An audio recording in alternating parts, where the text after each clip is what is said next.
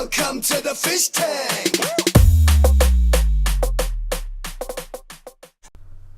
Hey everybody, Fishman here. Welcome to the second video for 2018 and also the second video for my New Year's resolution. So far so good. What I'm building here is going to be a carbon filter, not a carbon filter for a small tank. I build these for large tanks, like 300 gallons and up. This particular one is going to be going on an 800 gallon aquarium. And right now what I'm doing is I am machining off the flange that's on the inside of this bushing. It's just a 4-inch bushing, goes down to 1.5 inches. And normally when you glue a pipe on here, it stops at this point so that you can't feed it all the way through. And I actually do want to feed it all the way through so I can put an elbow on it. And this is the elbow here. So what I'm going to do is I cut a pipe so that's the right length. So when these are all glued together, the center of that elbow after it turns is going to go down the center of this 4-inch T, and therefore after I glue everything together, down the center of the entire filter. And once it fits in here like that, you get this. So what that allows me to do is it allows me to put a pipe down there, and I'm going to drill a whole pile of holes in it, and well, here you go. Here's the pipe. I'm putting in the milling machine, and I'm just going to drill a whole pile of holes. And then this is going to allow me to put a mesh over that, and this keeps all the carbon in the filter and allows for the water to flow through.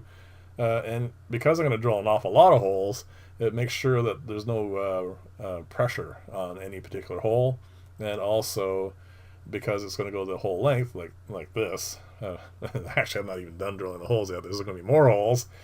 Normally, I don't even bother showing you this part because, it is kind of repetitive.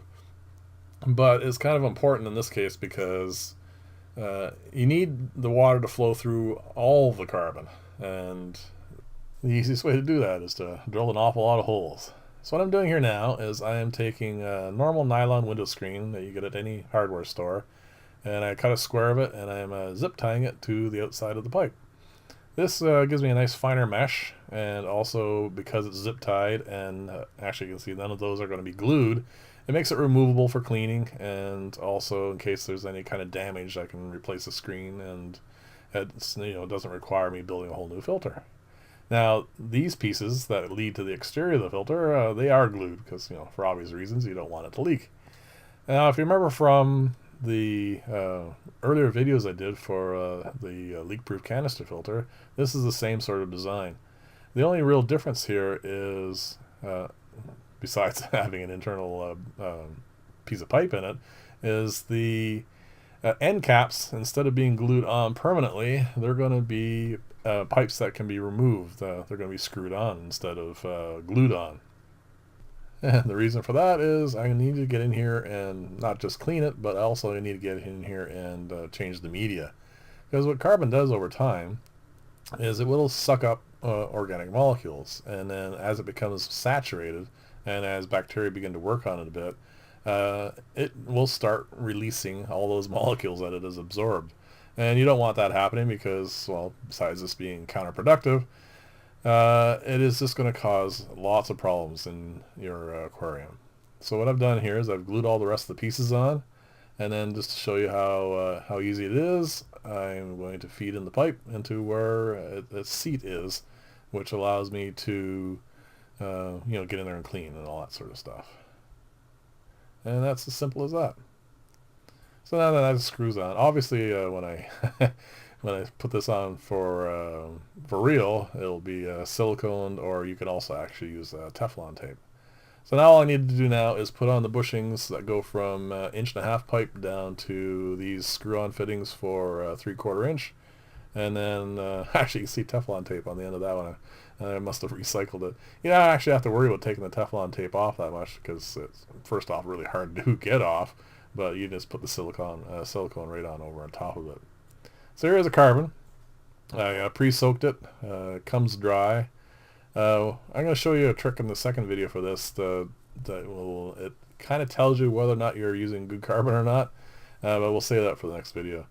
So here I'm going to fill this up, get it all nice and packed in there like so it's covering the pipe, and then I'm just going to screw on the final cap for it, and then I'm going to use silicone for that. And then what I'm going to do is I'm going to hook this up to the aquarium that's going to go on. And here's the aquarium. This tank is 8 feet long, 600 gallons, and it's not one that I built. This is actually just a tank that I took over maintenance for. So what I'm going to do here is use this pump. It pumps 1,800 gallons of water an hour, and there's a screen to keep the fish from going through a little trip through the filter. And what we're going to do here is we're going to clarify it. We're going to take the yellowish water and we're going to make it as neat and clean as possible.